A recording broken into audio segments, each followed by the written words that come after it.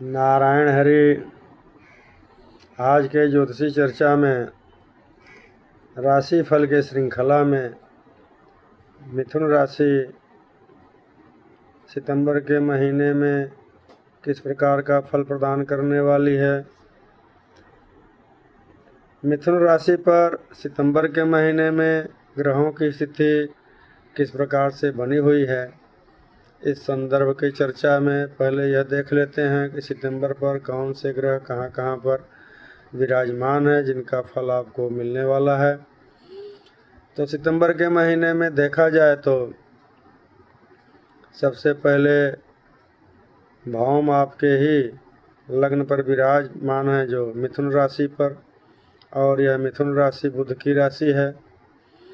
दूसरे भाव में उच्च का बृहस्पति विराजमान है जो धन भाव में कर्क राशि का, और तीसरे भाव में सूर्य और केतु का योग बना हुआ है। चतुर्थ भाव में आपके शुक्रदेव हैं जो है 1 सितंबर से निकल करके पंचम भाव में आ जाएंगे। अभी सुख भाव में अपनी नीच राशि पर विराजमान है। सितंबर के महीने से यह शुक्रदेव आपके पंचम भाव में विद्या के स्थान में, संतान के स्थान में आ जाएंगे जो स्वगृही हो जाएंगे। राहु देव आपके भाग्य भाव में कुंभ राशि पर विराजमान है, और शनि देव आपके कर्म क्षेत्र में दशम भाव में विराजमान है जो मीन राशि के पहले से ही चले आ रहे हैं। इस प्रकार से देखा जाए तो ग्रहों की स्थिति इस प्रकार से है। अब इनका फल क्या मिलने वाला है, इसमें अच्छे फल प्रदान करने वाले कौन कौन से ग्रह हैं, तो उस संबंध की चर्चा में देख रहे हैं कि मिथुन राशि के लिए अच्छाई के दृष्टि से देखा जाए तो उच्च का बृहस्पति जो धन भाव में है आपके वाणी, कुटुंब, धन के क्षेत्र में यह वृद्धि करने वाले हैं।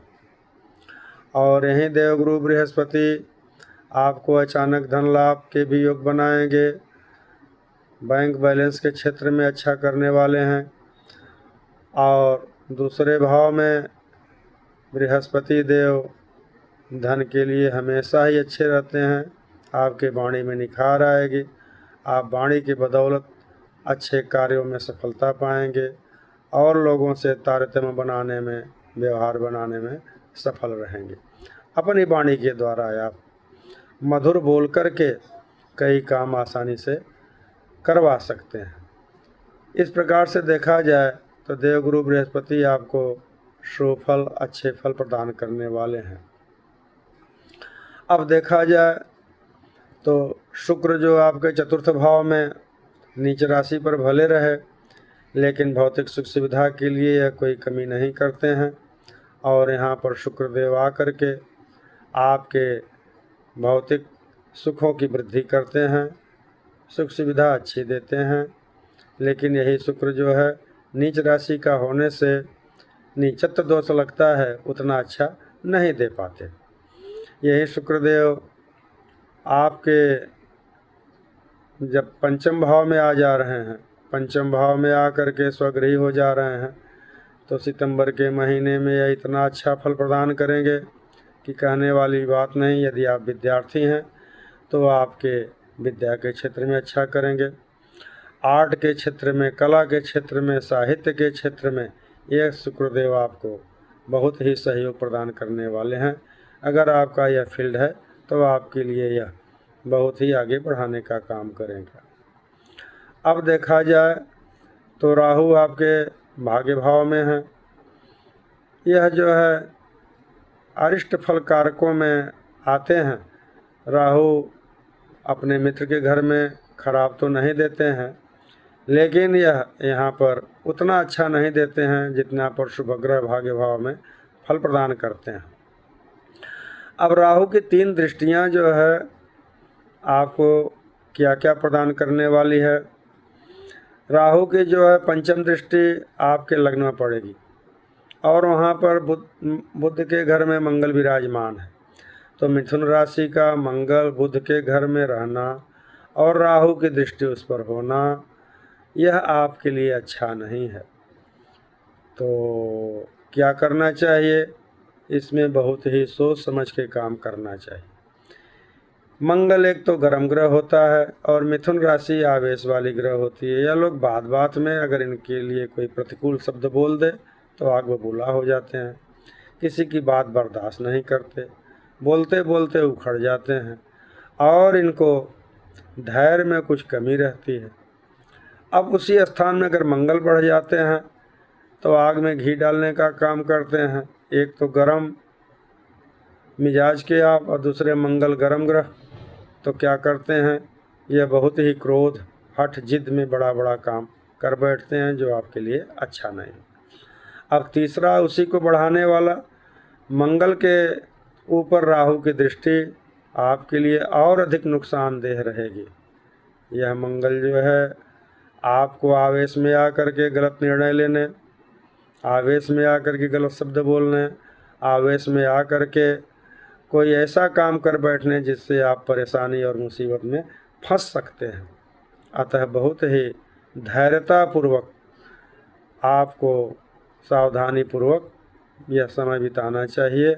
और मंगल सदैव जो यहाँ पर अच्छा फल नहीं देता, बुध और मंगल का योग बहुत अच्छा होता नहीं है और राहु के दूसरे ऊपर से दृष्टि हो करके, तो आपको सावधानी बरतने का है।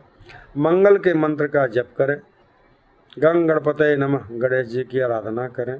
राहु के लिए हनुमान चालीसा का पाठ, हनुमान जी के मंदिर में दर्शन पूजन करने से, ध्यान करने से राहु का प्रभाव कम हो जाएगा। अतः यह सावधानी बरतने का समय है। अब देखा जाए तो तीसरे भाव में जो सूर्य स्वगृही हैं और वहाँ पर केतु विराजमान हैं। यह तारीख 17 से बदल करके आपके सुख भाव में भले ही आ जाएंगे, लेकिन यहाँ पर जो केतु सूर्य का योग आपके लिए अच्छा नहीं। क्या करते हैं यह जो है आपके कार्य क्षेत्र में अवरोध करते हैं, पुरुषार्थ में कमी करते हैं, आलस देते हैं और अचानक जो है कोई न कोई ऐसा कार्य करा देते हैं जिससे आपको दिक्कत बढ़ सकती है। अतः यहाँ पर सूर्य अच्छे तो हैं लेकिन केतु के साथ इनका योग अच्छा नहीं है। केतु तीसरे भाव में सूर्य के घर में और वहाँ पर सूर्य का उपस्थित होना ग्रहण योग बनाता है। तो भाई से मनमुटाव हो सकता है, पुरुषार्थ में कमी हो सकती है, पराक्रम में कमी हो सकती है और सही समय पर सही काम न करने से आप पीछे हो सकते हैं या आपका नुकसान हो सकता है। इसके लिए सावधानी बरतें। प्रातः सूर्योदय के पहले उठना चाहिए, सूर्य को अर्घ्य देना चाहिए, सूर्य के मंत्र का जप करना चाहिए जिससे इसका प्रभाव कम रहेगा। अब बात कर लेते हैं शनिदेव का। शनिदेव आपके 10वें भाव में हैं जो कैरियर के क्षेत्र में है।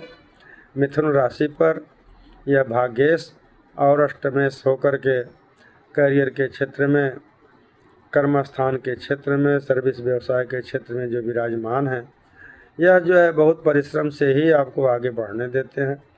व्यापार में दिक्कत से लाभ होने देते हैं, जो लाभ होना चाहिए उसमें कमी कर देते हैं। और साथ ही इनकी जो तीसरी दृष्टि है, यह दृष्टि आपको नुकसान कर रही है कि आप खर्च एक बैग अधिक कर दे रहे हैं। तीसरी दृष्टि आपकी शनि की व्यय भाव पर पड़ रही है। व्यय भाव जो है शुक्र का है और शुक्र कहाँ खर्चा कराता है, भौतिक सुखों पर, गाड़ी, ज़मीन, मकान, डेकोरेशन और अपने घर में कोई उपकरण लाना जो भौतिक सुख सुविधा से जुड़ा हो, उसमें यह अचानक खर्च करने का योग बनाता है। अतः इसमें खर्च करें लेकिन अपने सीमा के अंदर करें, ऐसा नहीं कि खर्च अधिक करके और परेशानी में पड़ जाएं। इसमें सावधानी बरतें। वहीं शनि की दृष्टि 7वीं दृष्टि इनके चतुर्थ भाव पर पड़ेगी। वहाँ पर आपके पाचन क्रिया का क्षेत्र होता है, माता का होता है, तो माता के स्वास्थ्य में कुछ कमी कर सकते हैं, वायु विकार, पेट विकार पैदा कर सकते हैं और वहीं पर दिनचर्या आपकी व्यस्तता पूर्ण कर सकते हैं। वहीं देखा जाए तो शनि की 10वीं दृष्टि जो है आपके 7वें भाव पर पड़ेगा। 7वां भाव कैरियर का भी होता है, पत्नी का होता है, दाम्पत्य सुख का होता है। यात्रा का भी होता है और विदेश का भी होता है। तो यहाँ पर यह जो है आपके लिए अच्छा करेंगे और यहाँ पर यह आपको यात्रा का योग बनाएंगे। अगर आप विदेश जाने का सोच रहे हैं तो आपके लिए यह समय अच्छा रहेगा। अगर विदेशी कार्य से जुड़े हैं तो भी आपके लिए अच्छा रहेगा। अगर यहाँ पर पत्नी का जो वैचारिक भिन्नता थी पहले से, तो पत्नी के साथ यह अच्छा करने वाले हैं। यहाँ पर यह अच्छा फल देने वाले हैं, क्योंकि देवगुरु बृहस्पति पर शनि की दृष्टि अच्छी ही रहती है। तो इस प्रकार से कुल मिलाकर के देखा जाए तो सितंबर का महीना क्या अच्छा रहेगा, क्या खराब रहेगा। तो अच्छा है, उसका लाभ उठाएं, और जो खराब है उसको अच्छा करने के लिए उसके उपाय अवश्य करें। बहुत बहुत धन्यवाद।